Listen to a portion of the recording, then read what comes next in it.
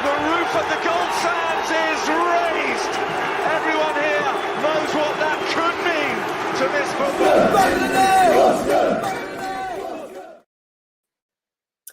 Good morning, guys. It's nearly the afternoon. My name's Sam Davis and welcome to Back in the Net. We don't usually do these live shows randomly. However, the gravitas of the player that Bournemouth are sadly going to see depart, I think he warrants a live video. And if you want to react, you can do so by getting involved. We're just going to be here for the next sort of half an hour or so. So if you want to take part, that's the link down below. I'm joined by a couple of Bournemouth fans. But yes, the news that is out this morning is that Manchester City have had a £41 million offer for defender Nathan Ake accepted by AFC Bournemouth. Talks between the clubs, well, we've all known it's been going on Twitter. There's been so many rumours that have been going about and a lot of journalists have been confirming, yeah, it's pretty much happening. But they had begun before the end of the Premier League season, but our relegation to the Championship all but confirmed that the Dutchman would depart. 25 years old, £41 million. What can Man City fans expect from Nathan Ake? What did he provide Bournemouth? We're going to be talking about that for the next 20 minutes with the help of Mr. Tigz. Hello, mate. How are you? I'm all right, buddy. I'm not too bad. And also, we've got Morgan Scott here as well. How are you, Morgan? Yeah, good, thank you. So, Tony, immediate reactions. Nathan Ake is no longer, and well, he is at the moment, but he's soon going to be departing for one of the best teams in Europe. Yeah, and that's no surprise. I mean, he's been our best player ever, potentially. Certainly that I've ever seen. His consistency is incredible. He got a tweet just went out from BT. Sports Score, so their BT Sports website, and Nathan Ake made 0 errors leading directly to a goal in 117 Premier League games for Bournemouth. Wow. I don't know if I believe it, but it is incredible the stat if it's true, and you can see why other teams wanted him, and also the money. 40 million. I know that this time last year we were talking 80 million if you want him back, Chelsea, but realistically, from a Championship club, which is what we are now, that is an incredible fee. Other teams have never got anywhere near that. In fact, I think that breaks the record in the Championship for a player leaving a Championship club to go somewhere else. So that is incredible. And you've got to say that, in this current climate, our Championship relegation, our relegation from the Champions, the Premiership, the Premier League into the Championship, and also the post coronavirus climate, yeah, £41 million is, I know it's a lot less than he could have gone for maybe 6 months ago, for example, but in this climate, it's a good deal for him. Yeah, I mean, Newcastle sold Sissoko to Spurs. That was 31.5 million. That was the record. So really, what you're talking about there is a Nathan Ake at the moment is worth a Sissoko and Benik Afobe, if you put them both together. So, I mean, there's two players. The other way of looking at it is the wage bill. And Peter Rutzler's put out an excellent article on The Athletic this week, and he talks about our £110 million wage bill, which is an awful lot.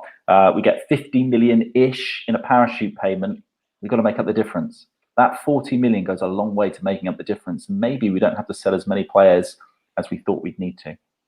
Morgan, we're going to bring you in very shortly, but we've managed to catch a brief word with Chris Temple from BBC Radio Solent and also the club commentator on AFCB TV and for the aforementioned Radio Solent. So this is what he had to say on the road. This is some reaction only about 5 minutes ago.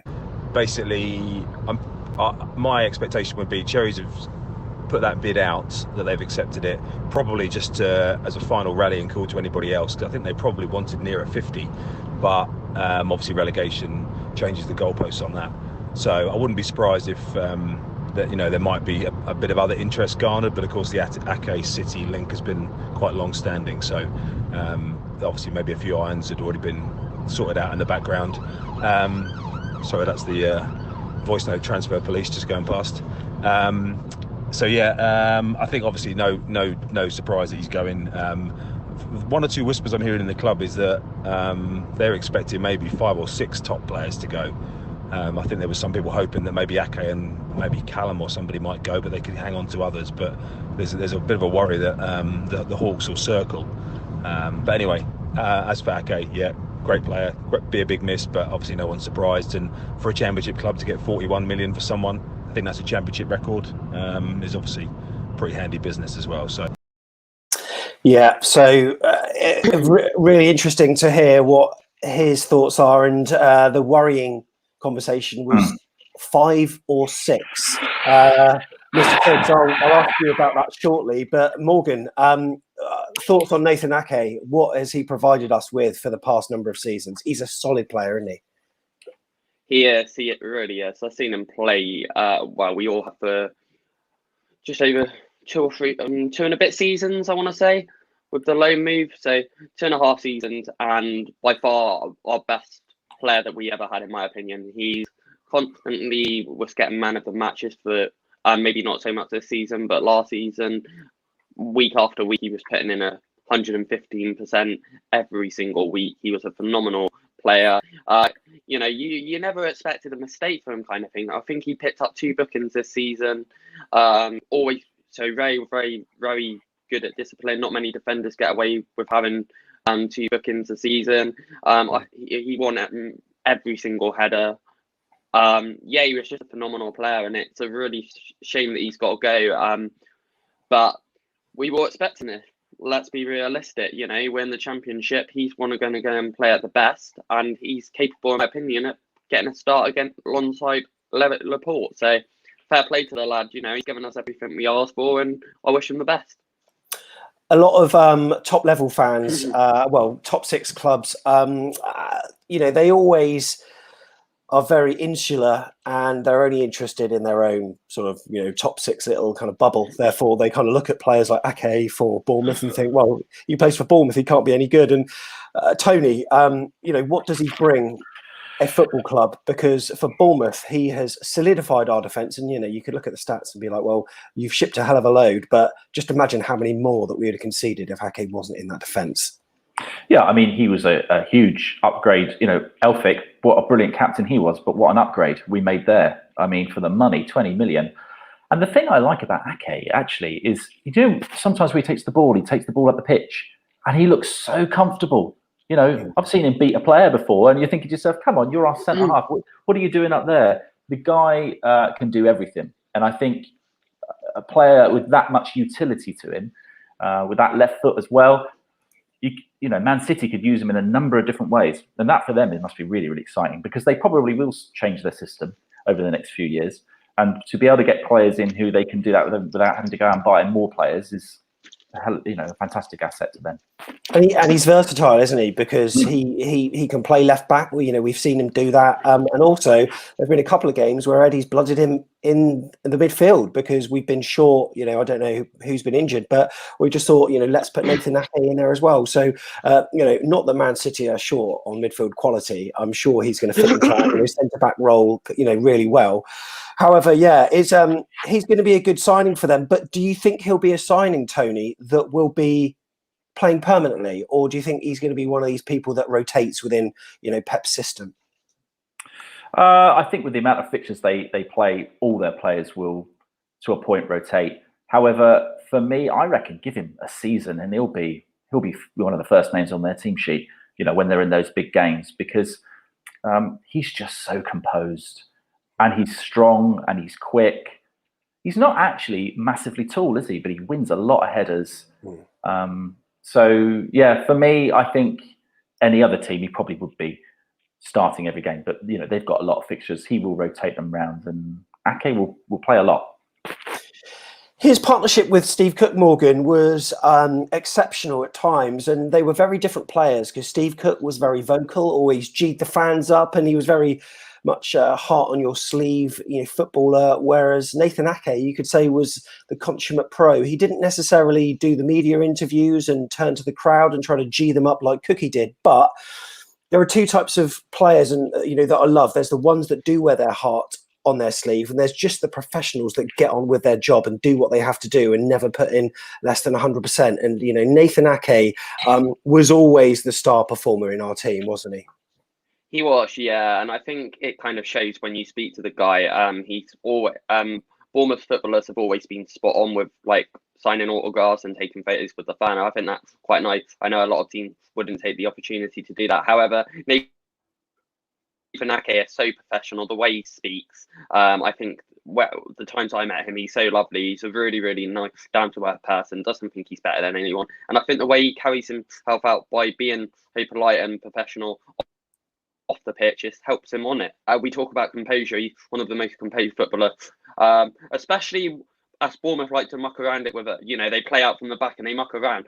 From what there's quite a few Bournemouth players that we can probably all hit here and say that we're like, oh my god, this could go terribly wrong. But when Ake's got the ball, you don't think that at all. You think he's going to pick a 50-yard pass, or he's going to play out to the win, or whatever he wants to do with it, he can do because he's technically that good. And I think that's what's going to help City.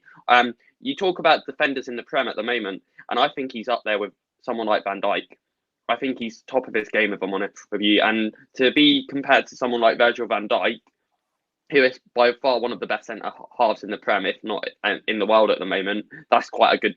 That's probably the best compliment anyone could give him. So, and that isn't just me saying that as a Bournemouth fan. I think technically he's fantastic. Yeah, I do agree. It's going to be sad to see him go, but as Chris Temple alluded to, there might be more, Tony, and that, you know, when he said 5 or 6, in my head I was thinking 4. Maybe 5, but now he's just raised that bar by a little bit. I know it's only conjecture at this point, and you know, nothing's even been done, even with the Ake deal. It's just been accepted. There's a long way to go before that's all rubber stamped. But you're kind of wondering, okay, who are the other players now? Callum Wilson's been one that's been mooted, and there have been rumours of a few Premier League clubs being interested in. You know, not least we need to reduce our wage bill, and this rumoured £100,000 a week or whatever it is. It's like, wow. Josh King's another one of them. But then who else are we thinking could be a target? Well, I think a lot of names have been bandied about. You talked about Wilson, you talked about King. I'd probably expect them both to go, especially with Man United wanting King at Christmas. Other names, Brooks. Now, I think we might be safe with Brooks because he's had that season out. If we're not, then that's going to be a shame, because I think because he hasn't played this season, if we do need to sell him, if he wants to leave, then we're not going to get as much of him for him as we would have last season, even if we got relegated last season, because he had that fantastic season then. Then you've got Cook, who hasn't played as much as we would hope he would this season for whatever reason. No, you're talking about Lewis, for the avoidance of doubt. Yes, yeah, thank you. Sorry, yeah, for Lewis Cook. And we know that, other people have talked about, his allegiances to other clubs previous to us. I don't think that really comes into it at the moment, which kind of leads me on to our goalkeeper, because that's another one that people are talking about. Ramsdale. Yeah. And, we saw how much emotion he had. And you know what? I love to see players that look as though they care. And Aaron Ramsdale was certainly one of them. Steve Cook, to some extent as well, in his interview, they looked almost like they were about to cry. But, he is a professional, isn't he, Ramsdale? And he's been probably player of the season. I know we all always, bleat on about sort of Nathan Ake, but Aaron Ramsdale has been absolutely solid. And if he was to go, then that would be a crying shame. But I mean, how much would a goalkeeper go for post-COVID in the Championship? Probably less than the 8 figures, maybe. I don't know. Yeah, I mean, the biggest goalkeeper that's ever been sold was Pickford, and he went to. He's England keeper, isn't he now? So he went for 25 million. From Sunderland. The thing is, goalkeeper, there's only one goalkeeper on the pitch. If you're going to leave as a goalkeeper, you want to know that you're going to play. How many clubs in the Premier League haven't got a goalkeeper? People are talking about Sheffield United because it's his boyhood club, but I can't see them. They probably want to give the players they've already got, carrying on. I don't see them coming in for him, but maybe I'm wrong. I think that's potentially due to Dean Henderson, and just to chip in there, Tony. I think Dean Henderson, with the De Gea having such a poor season. You know, he's meant to be one of the best goalkeepers in the world. I think Dean Henderson isn't going to potentially sign another loan at Sheffield United. And then I think they would want to invest in someone like, especially with them playing their system of 3 centre-halves. You know, they're a phenomenal team at the back. So they would want a keeper.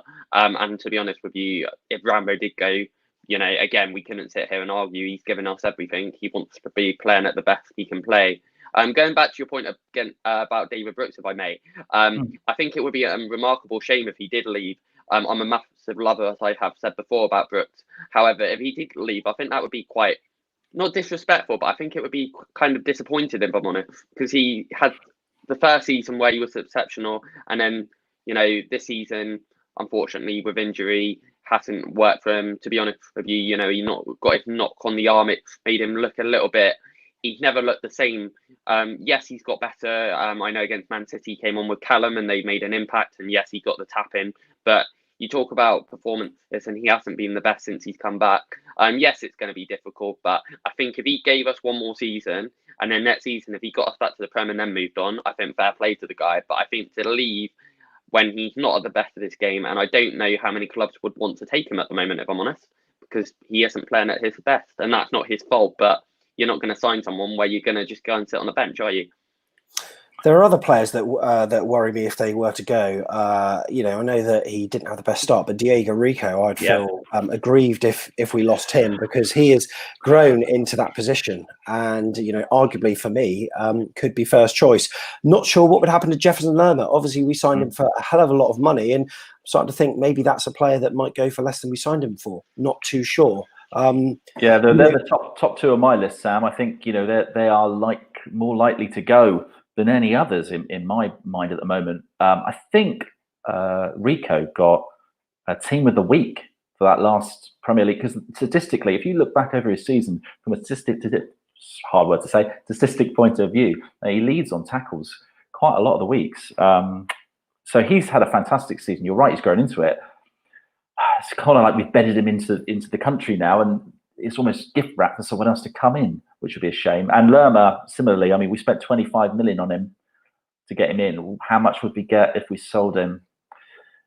I know that we must be paying him a lot of money from a contract perspective. So it's that balance now, isn't it, of clearing the books so we can afford to have a model that works without all the Premier League money, and keeping a competitive squad that we can go up with.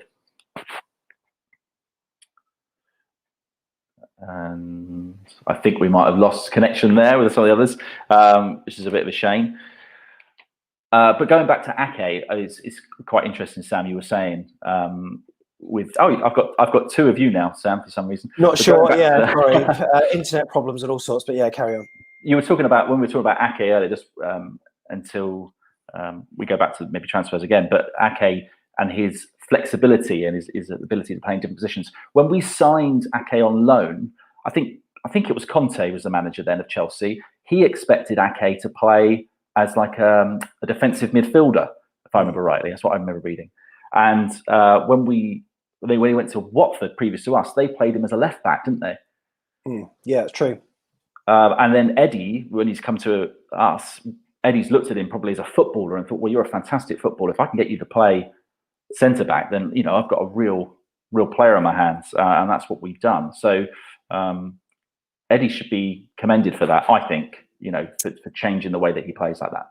Yeah. Now, before we went on air, Morgan was saying he had like electric problems. I don't know if it's around all of Bournemouth. I don't know my Wi-Fi happened. cut out certainly. But anyway, Mr. Tigz, the consummate professional, like as ever, who kept things rolling. What we're going to do is just have a look at some fan reaction now, because it's a really sort of sad time, but it's one of those kind of thank you for the memories, types of days. And my goodness, how many of these may we have over the next few weeks? So Mike Botto, thanks for the memories you gave us. I'm pretty sure you leave us with all of our blessings. A true professional from day one who wore the red and black shirt with finesse. 100% agree there.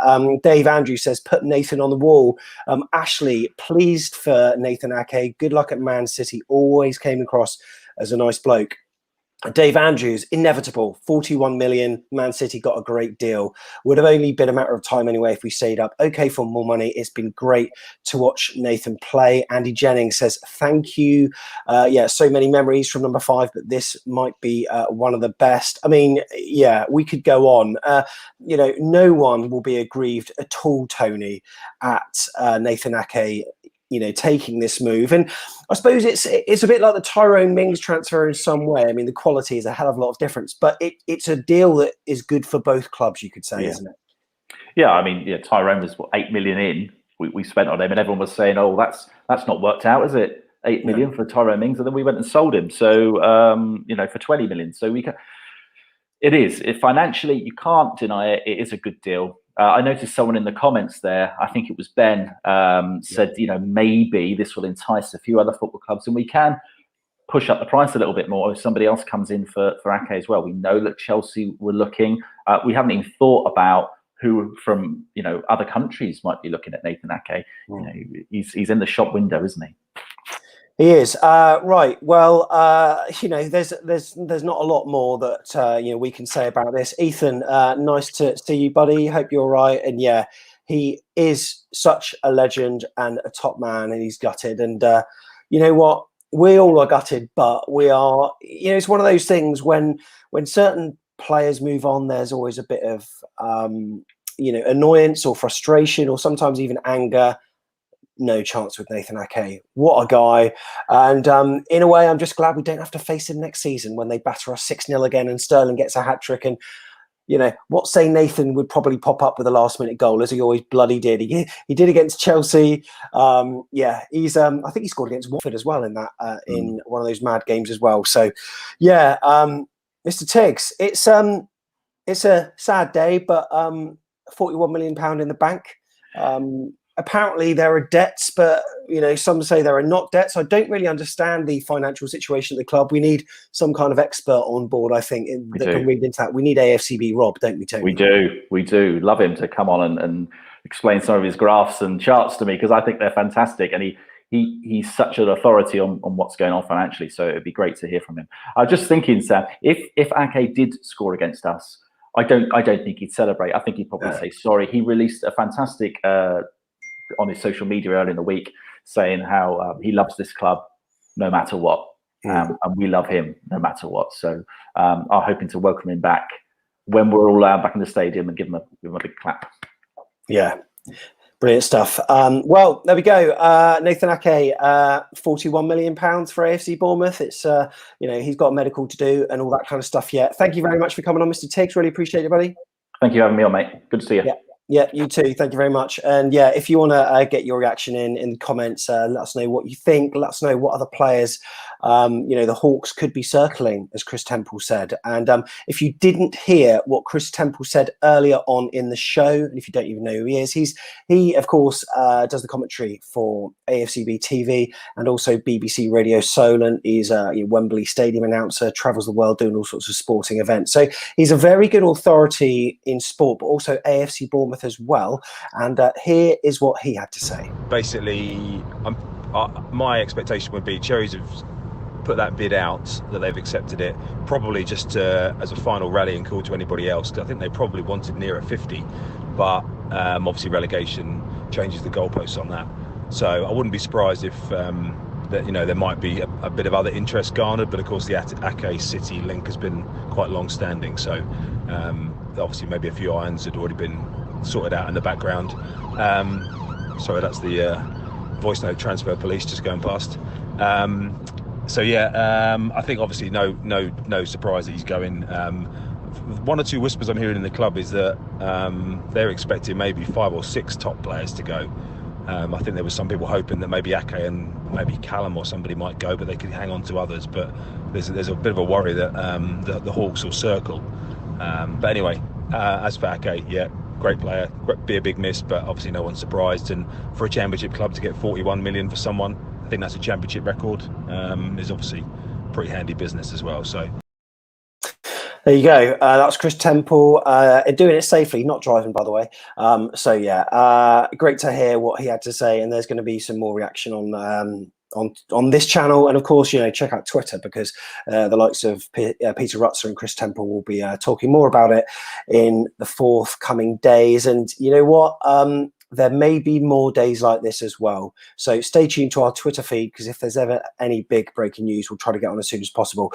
Thanks for watching today. Up the cherries. Good luck, Nathan Ake, and see you in the next video. All the best.